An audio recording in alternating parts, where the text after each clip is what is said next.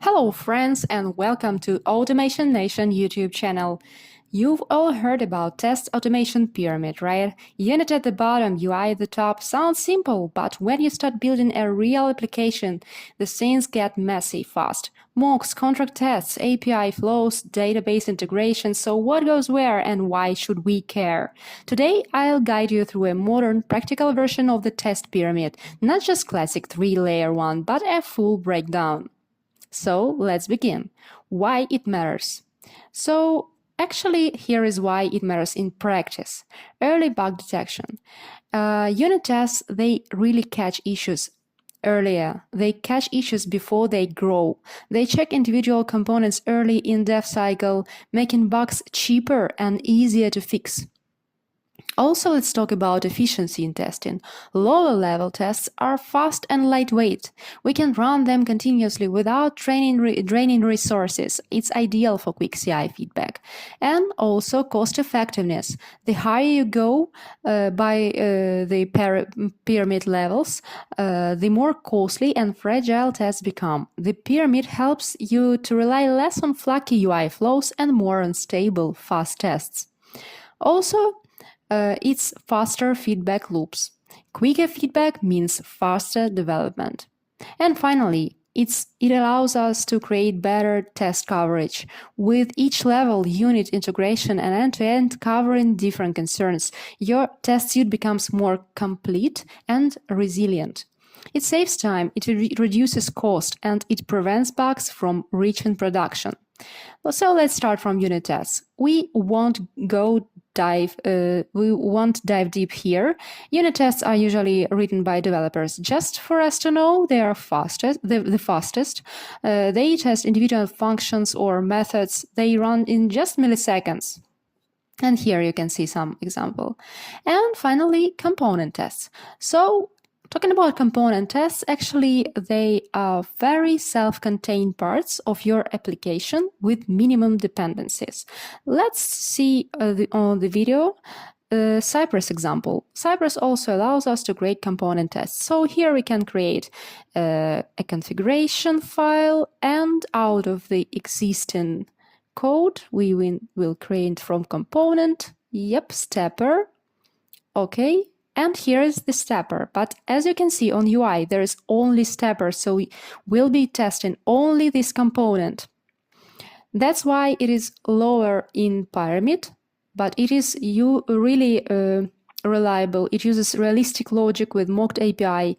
It is more integrated than unit, but still fast.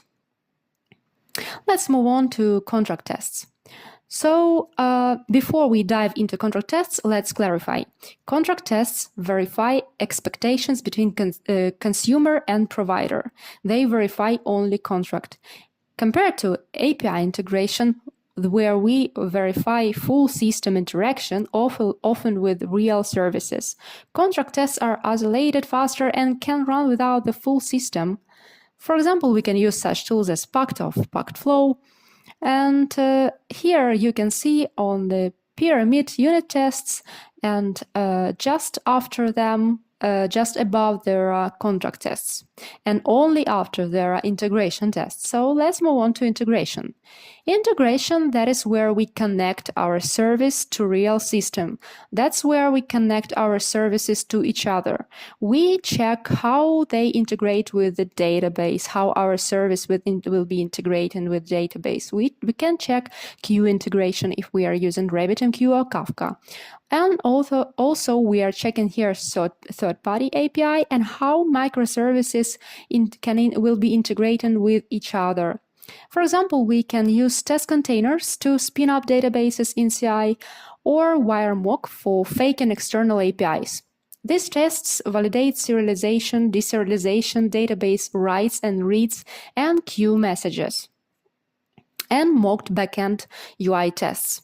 For example, if you already have implemented UI, but you don't have control over backend, or your backend is not ready yet, or you don't have any data management, it is unreliable or non-existent from your side, but you need to validate your front end. You only want to test front end logic. Compared to component tests, here all your application front-end is mapped together into the whole application. So you're testing that your UI elements are mapped correctly together with mocked backend, with mocked responses. They are stable, fast, and isolate front-end concerns. And finally, end-to-end tests. Here we can cover UI and API, and we should cover UI and API, but here we simulate full user journey. We are trying to cover critical path. We validate only critical business workflow. They're slowest and most expensive tests. As a rule, you all know, we can use Selenium, Playwright, Cypress, or any other frameworks or any other languages. But they might be expensive in test maintenance, and they might be slower, and they will be less reliable, since the time when you update your tests will be longer compared to unit tests. And let's create a small CAT summary. The pyramid helps us to balance feedback speed and reliability, just like a cat, using just the right amount of energy to land perfectly. Finally, pyramid also focuses your testing efforts where they bring most value. We just don't chase every bug like it's a laser dot. We don't duplicate tests. So what was covered on unit test level should not be, or component test level, it should not be covered on your end-to-end level.